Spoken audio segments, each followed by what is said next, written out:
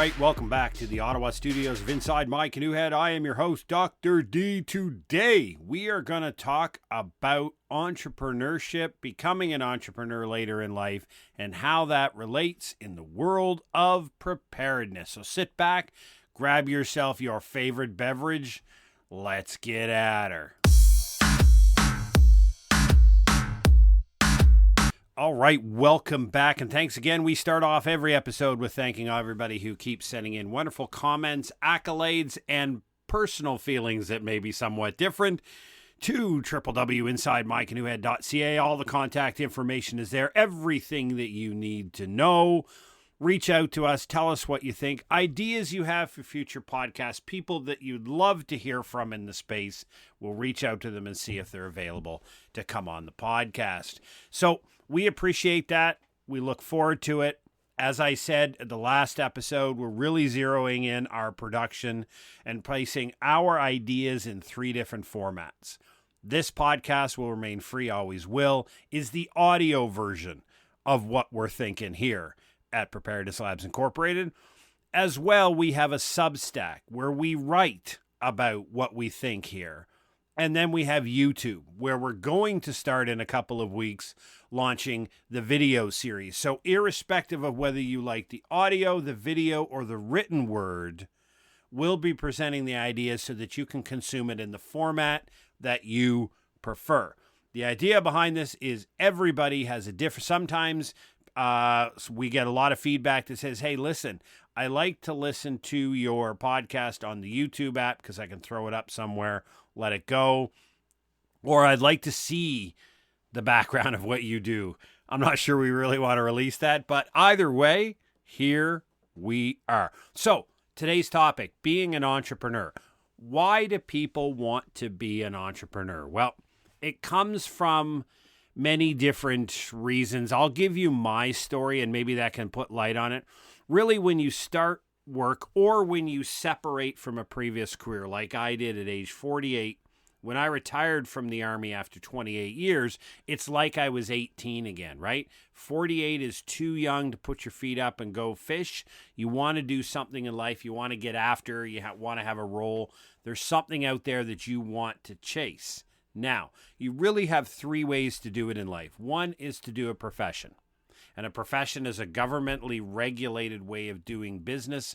That be your doctors, your lawyers, your engineers, your carpenters, your plumbers, your electricians. Professions that are very well codified, have a very set standard for education, and have a very set ethical management and licensing set.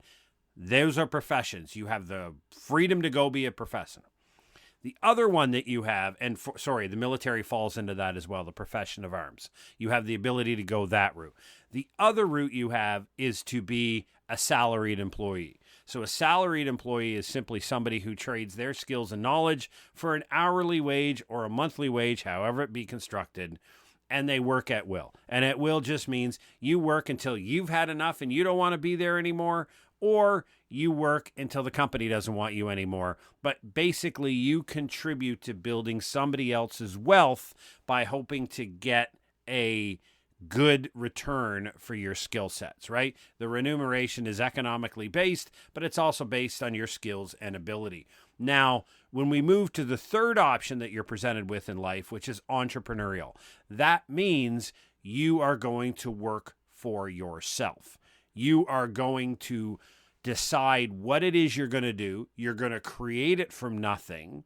You're going to, in the beginning, be everybody from the accountant to the marketer to the CEO to the chief information officer to the every single role you could imagine in a corporation. You're going to do every one of them, but you're going to do it in a corporate environment, and you're going to do it in a methodology where, as I like to phrase it, my success or failure will be my fault.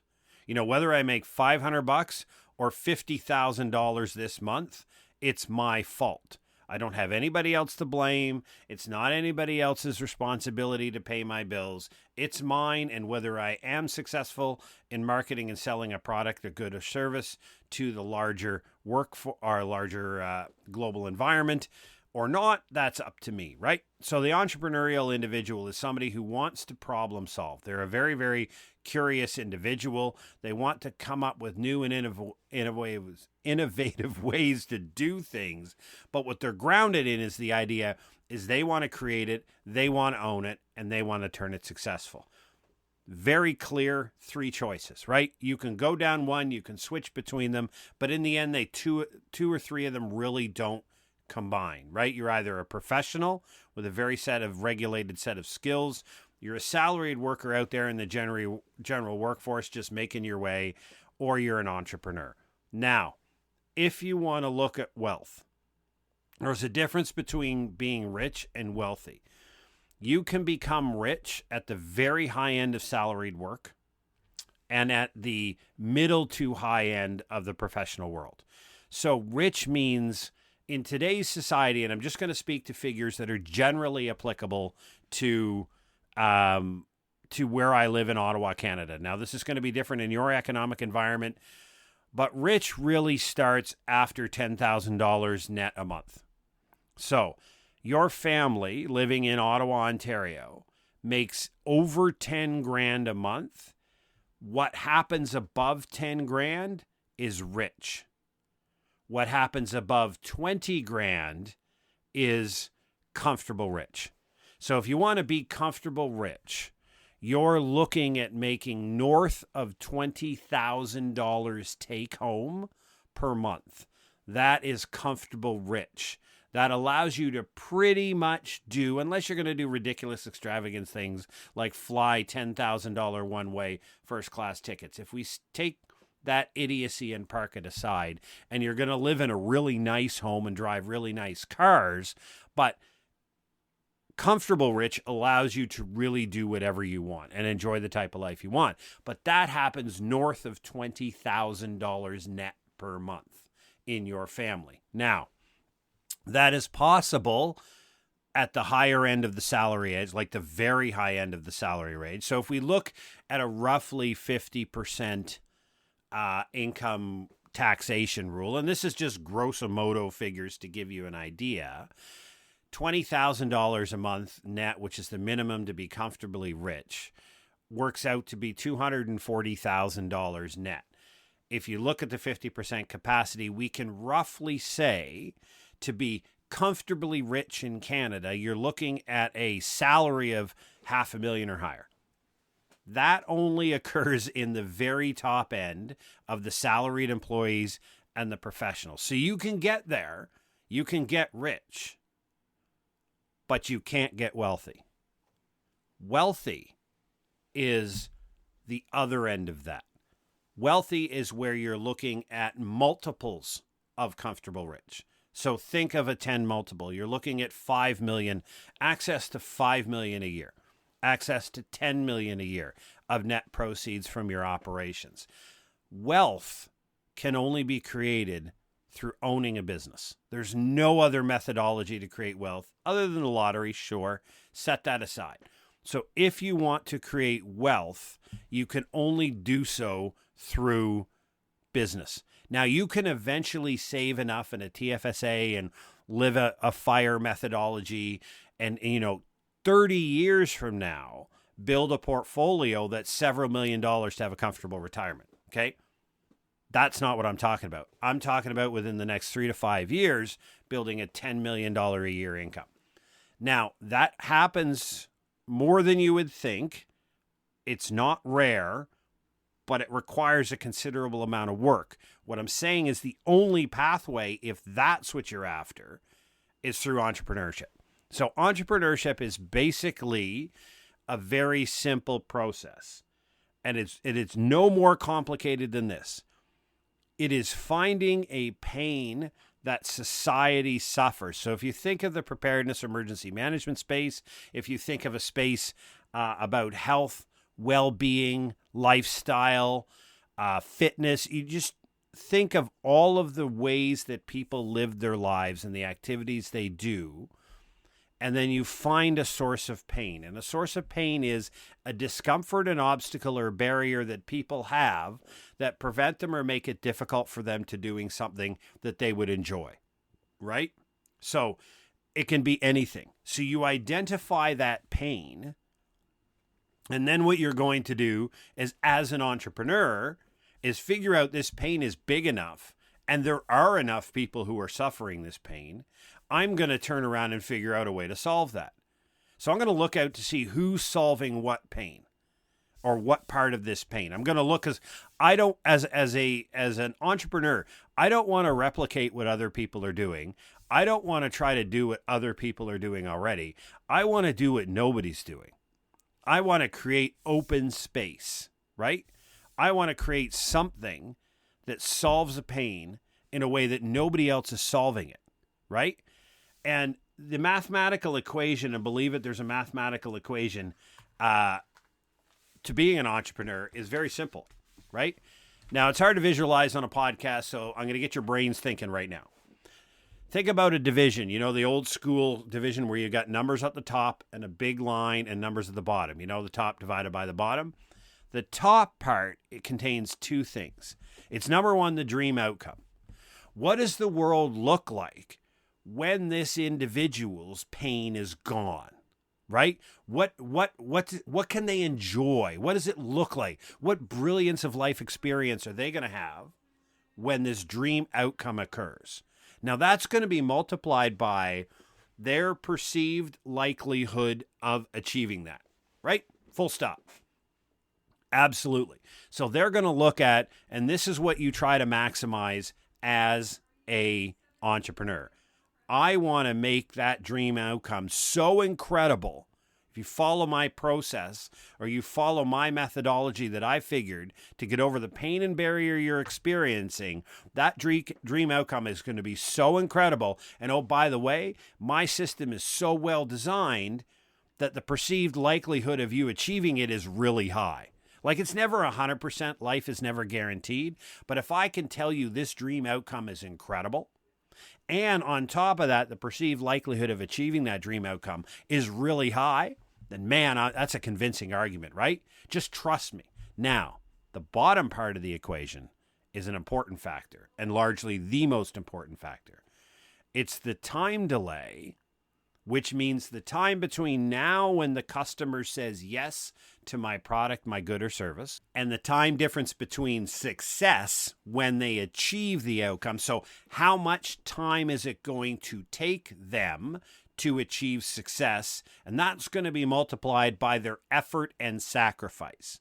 So how much work do these people have to do, right? It's the comparison between if you need to lose 40 pounds, right? And I tell you the solution is 6 months in the gym. So the time delay is 6 months, and the effort and sacrifice are you going to the gym 5 days a week. That is a really difficult sell, because the bottom part of the equation is what you as an entrepreneur are trying to desperately minimize.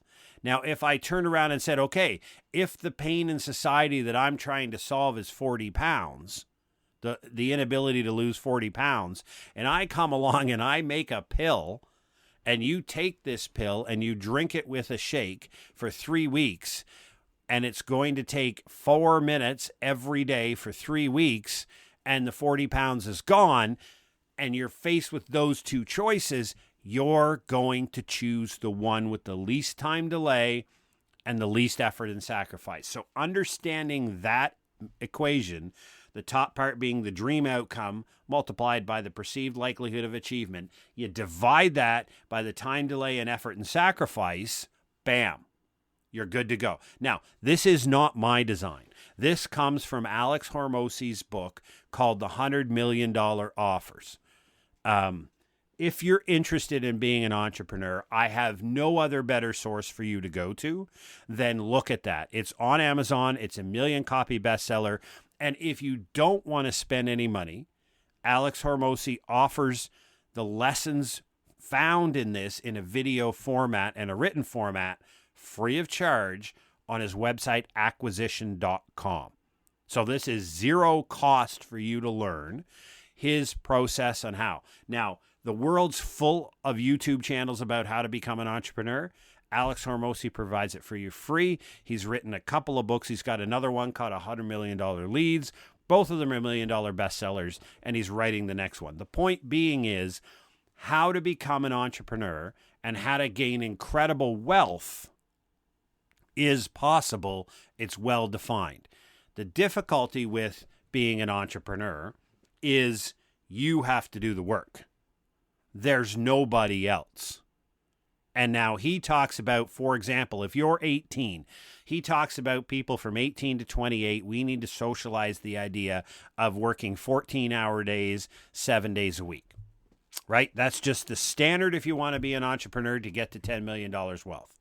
So imagine if somebody said to you, you're 18 years old, and said, hey, listen, I'm going to put the roadmap out in front of you. You're going to do the work. You're going to work from 7 a.m. to 9 p.m., 7 days of work, 7 days a week on just this. And you're going to do that for close to 10 years.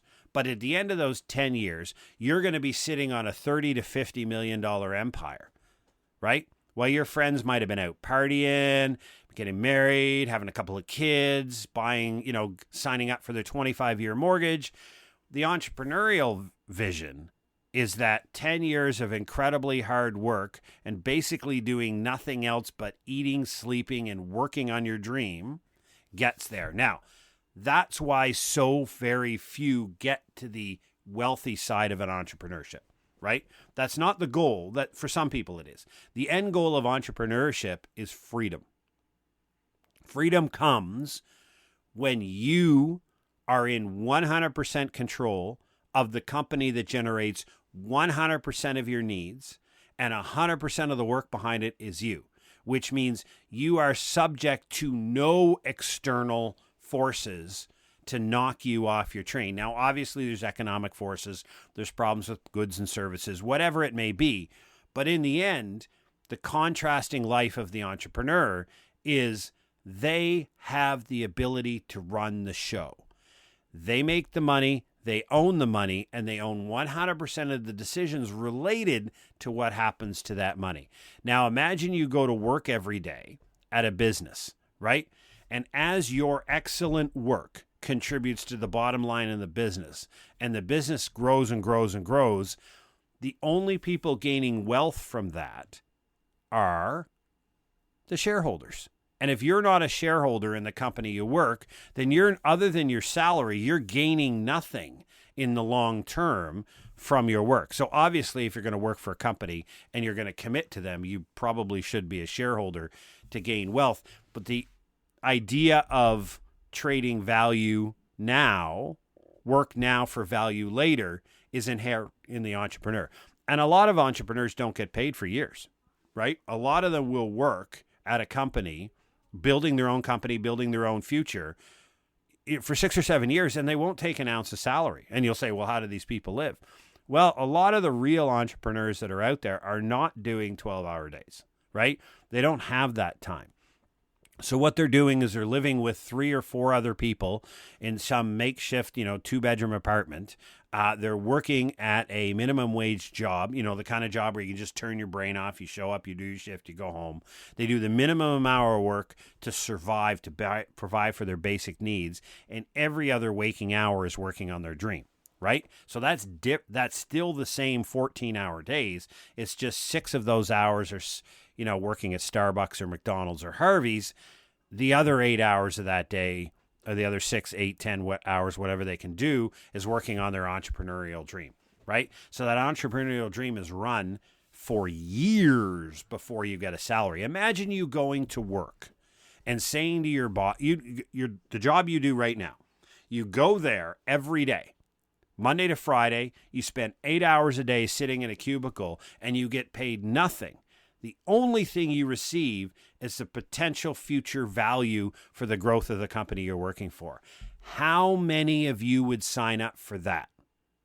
I'm going to work 8 hours a day, 5 days a week in the standard 9-to-5 job. I'm going to accept 0 salary, but I hope that in the future, this turns into an incredibly profitable company, because then that's where my value comes.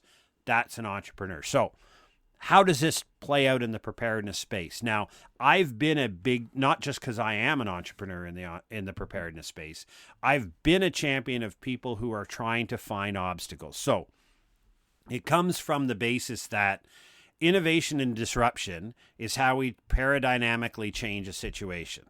Now, the field that you're in, whether you're in healthcare, whether you're in emergency management, whether you're in woodworking, whether you're in electrical, has a paradigm. And a paradigm is your norms, your normal way of doing things, the rules, the teaching, the regulations, all of that, right? So if you're an electrician, you know how to be an electrician, right? And everybody else who's an electrician does it the same way you do it. It's a lot of the same in a field like emergency management or legal or sociological studies or something where you have a field that provides a specific good or service to the population, and generally it's all done the same way. How we get innovative in there, especially if the field is largely provided by the public sector, innovation comes from entrepreneurs and corporations, right? If you're in the fire services industry, so you're a firefighter, a fire captain, or you work in a city's fire department, innovation and cutting edge technology that's developed for the latest ideas in firefighting does not come from the City of Ottawa Fire Department.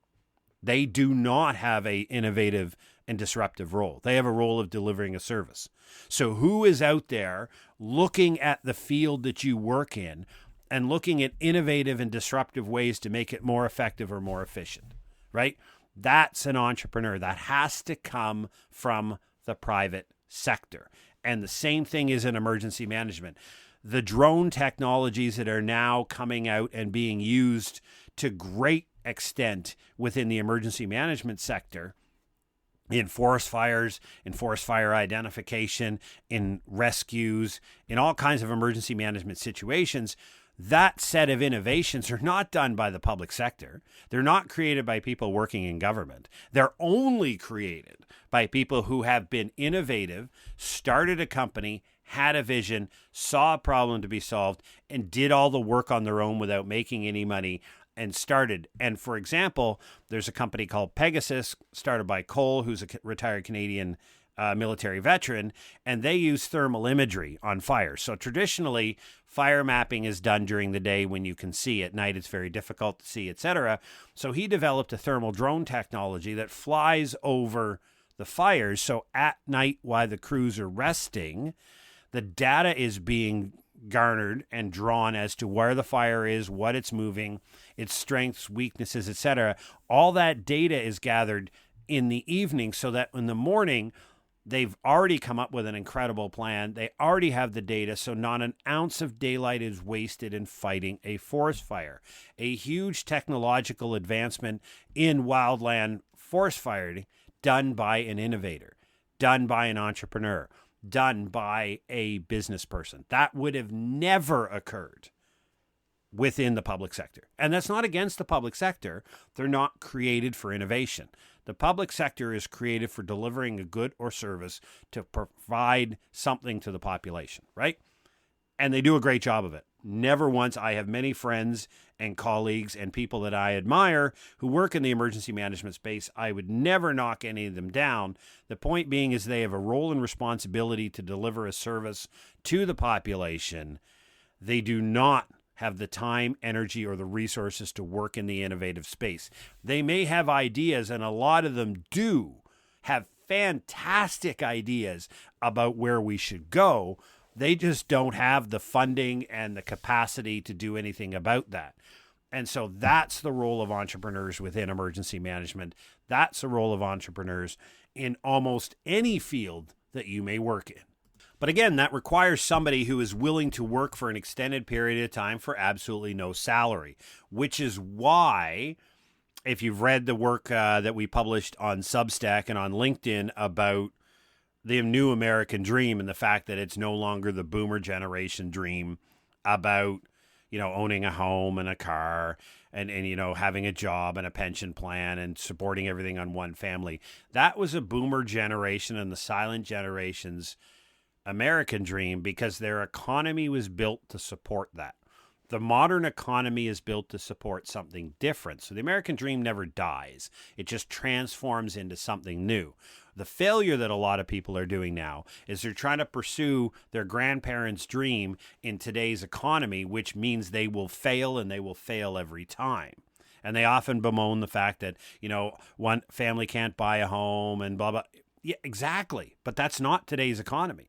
That world was 40 years ago. And those who are successful are those who say, okay, whether or not I agree with the way the world is constructed now, whether or not I agree with the way the economic system is modeled, it is what it is. I live in this environment. So if I want to succeed, I have to leverage the opportunities that exist in the environment. And so what a lot of entrepreneurs do is they do it off the side of their desk. That's a very famous saying in emergency management, because most of your rural emergency management is done by a volunteer fire chief who has another full-time job, and somehow they're supposed to do this off the corner of their desk. They're passionate, they're well-skilled, they just don't have time. But what a lot of entrepreneurs do is do it as a side hustle. Now, side hustles have always had some form of bad name, bad labeling, etc. And again, what that comes from is people going back to the previous generations and saying you should be able to support a family on a single income. Yeah, well, that's the economic model that existed 40 years ago. It doesn't exist today. And sure, you may want it to be true, but in the current economic conditions, it is exceptionally difficult to do. Side hustles, then, are not, oh, I have to do that, it's sad, it's poor, we shouldn't live like this, blah, blah, blah. A side hustle is an entrepreneurial journey figuring out, because the modern American dreams means you are likely earning income from 3, 5 to 7 individual sources as a family. Most of that is in the gig or contract economy, which means it's short-lived, it bounces around, it's unstable. You might get 10,000 one month, 2,000 the next, 17,000 the following, 5 the next. That is the modern economy. People may not be comfortable with it, I get it, but this is the world you're in. Sorry, here you are. So the entrepreneurial journey is expressed today in people that are side hustle. And what it really means is, this works well in any field. Doesn't matter what the field is. You have a passion and a skill, right? You have something that you enjoy to do, very much so. It could be sewing, it could be drawing, it could be graphic design, it could be making maps for Dungeons and Dragons. It could be doing any one of these things that you enjoy. It's that old Neil Tyson deGrasse is famous for saying that, find the thing that you would do for free and you never work a day in your life, where the entrepreneurial journey is a lot easier if you kind of follow that mold. Now, yes, it does narrow the pains that you're going to try to solve in the world. But what it does is say, hey, listen, you love to draw, right? Okay, you would love to spend some time drawing. How do I monetize that, right? Now, if you're a great online drawer and you can draw various different things, maybe that's an illustration. Maybe that's a computer illustration job in a number of industries. You'd be surprised who are looking for contract, because in today's society, companies are hiring long-term employees just for their core businesses. Now, some do different, but the majority, they're just hiring for their core business. So their core main function that they do, all of these other contributing functions that facilitate their daily operations, they would prefer to hire on contract, right? A company would prefer to pay you $1,000 a month or $2,000 a month to randomly do graphic design for them, than hire somebody, because it's going to cost them far more than that, right? So I'd love to have somebody on retainer for $2,000 a month, and then for $24,000 a year, a company has access to graphic design. Far better than ever hiring an employee, paying benefits, pension, medical, all that stuff goes out the window. It's great for companies. You as an individual say, hey, I want to be a graphic designer. I love to draw.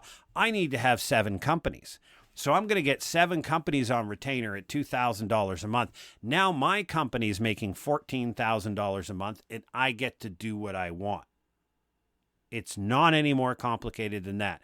Sure, getting to 14 paid clients or getting to 7 paid clients at $2,000 a month is not going to happen overnight. Again, the entrepreneurial journey, 5, 6, 7 years of work in this space without earning hardly any income to develop your skill sets, to get your brand out there, to get people to notice you, etc. But that's what the modern economy looks like. So the entrepreneurial journey is alive and well. We just call it a side hustle. Sometimes, and now this is a great example that I love to use to talk about where entrepreneurial folks have done well, is when we talk about family preparedness plans, we here at Inside My Canoe had our education model that is based off non-apocalyptic, evidence-based preparedness education, talks about your trifecta of preparedness plans, right? These are 3 plans that you need to have. One of them, and the third one that we educate people on, is your plan for when you're fired, right? We saw in the news not recently that a Pepsi factory in the United States of America shut down, right? Unnoticed. They just recently signed a multi-year agreement with the union, and had the union members thought the company was doing well, thought the plant was doing well, thought there was a commitment there. The company changed their mind and closed it, right? Obviously, you're going to be upset if you lose your job. Obviously, you're going to have your 24-hour pity party. However, those with a preparedness plan, with our trifecta of preparedness plans, that individual had a plan for when they got fired. They knew exactly what they would pivot to. They knew exactly how to pivot to. And so they had their 24-hour pity party. The next day they got up and they launched their predetermined plan. So when everybody else is still walking around, staring at the sky, trying to figure out what happened to them, the prepared individual is launching their preparedness plan for immediate financial loss, and they're off. This happened to very many people in the pandemic. Think about when March 2020 happened and a huge amount of people were laid off. Great people doing wonderful work at healthy companies were fired, right? Sent home. Wages gone away. You did nothing wrong. Pandemic shows up. How many of those people simply sat on their butt and waited for the world to resurrect? How many people burned through savings or went immediately to government assistance? So basically sat there, did nothing, and waited for the world to resuscitate itself. That was the vast majority. However, there was a notable minority of people who pivoted, right? These were innovative individuals, people who were always seeking and looking for opportunities, whether they created a mask company, whether they created something next to related to the pandemic, or whether they launched their plan and moved immediately to their new line of income. They didn't sit around and wait to see if their current job would be resurrected and their employer would rehire them and salary would commence and life would get back to zero. They didn't sit around and wait. They launched a plan and they went after it. And those people were successful. Those people created wealth in the middle of our largest societal shutdown and calamity in 100 years. A perfect example of what a rock-solid preparedness plan and an entrepreneurial mindset will do for you to set you and your family up for success. Imagine that. You're ready to go. You love your job, right? Whatever it is you do, you're passionate about it. You love it. It's a great place to work. You can get fired tomorrow. And if you get fired, it is your responsibility to pay your bills on the following day. It's not your job's. It's not the government's. It's not everybody else's. It's your responsibility to pay your bills when you get fired. How you set yourself up for do that, that's part of our education program. But entrepreneurial mindset is a great way to practice it, right? So, for example, in Canada, and I'll speak to what I know, if you want to create a federal company, it costs $200 here in the province of Ontario. There's no additional provincial fees. And if you want a specific name like I did in my company called Preparedness Labs Incorporated, you have to do a nuance search, which just makes sure that you don't choose a name that is already out there or reasonably close to something that's already out there that could cause future copyright issues. That's a $13. So it costs you a one-time fee of $213 to start a business. Okay? You need a business bank account. I have mine with the Toronto Dominion Bank. Love them. They're wonderful people. It costs me $5 a month. And that gives me 3 deposits, 3 withdrawals, something very, very simple. But a basic business account costs me $60 a year. Okay? You're done. That's it. Right? Now, if you want to buy insurance, my insurance is well over $1,000 a year. It's relevant to your income. But if you just set the insurance business aside and you're just getting started, $60 for the bank account. Now you want to develop what you do. You can have a website. I have a couple of professional websites. They cost me about $350 a year. You can do it on where I started, on a wonderful place that I still use for people who want to donate to this podcast, and just say, hey, thanks for what you're doing. We appreciate it. Here's $5. It's called Buy Me a Coffee. So if you go to buymeacoffee.com, it's free of charge to set up a page there, right? And you link you create a Stripe payment processing account. So the money people give you for your goods and services off of Buy Me a Coffee, it goes through Stripe and is deposited to your bank account. Now, Stripe takes a small fee, 2 to 3% for their services, and Buy Me a Coffee takes a very small fee for their services, but it costs you nothing to set up. So now you can make illustrations, digital illustrations. You can write ebooks. You can do all kinds of these things and put them up on Buy Me a Coffee. Now, obviously, nobody knows you exist, right? It's like when you start a podcast. The great podcasters will tell you, it doesn't matter if you suck in the beginning because nobody's listening to you, right? But in the end, you eventually get to a point where you get thousands of downloads a month and people start listening to your podcast. For example, you may decide that, okay, I've got my product. I've got it on Buy Me a Coffee. Now what do I do? Well, there are only 4 ways to advertise. And this is from Alex Hormozzi's book, $100 million leads, right? There's only 4 ways to There's only 4 ways to tell people you exist. 2 are cold, 2 are hot. The cold people don't know you. The hot people know you.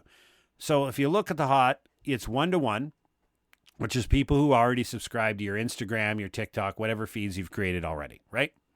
And do what I did. I just renamed all of my feeds in the name of my business, right? I changed my Instagram over to Preparedness Labs, my TikTok to Preparedness. Like, I just changed my personal accounts over to the same name as my business, right?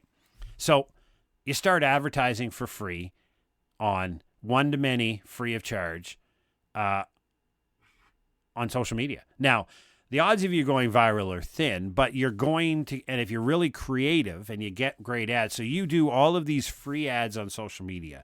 You do Reels, you do Instagram, you do Facebook, you do all of these, you put it up, 4 or 5 of them a day, talking about what you do, your great ideas, etc., and you put them up. It's free advertising.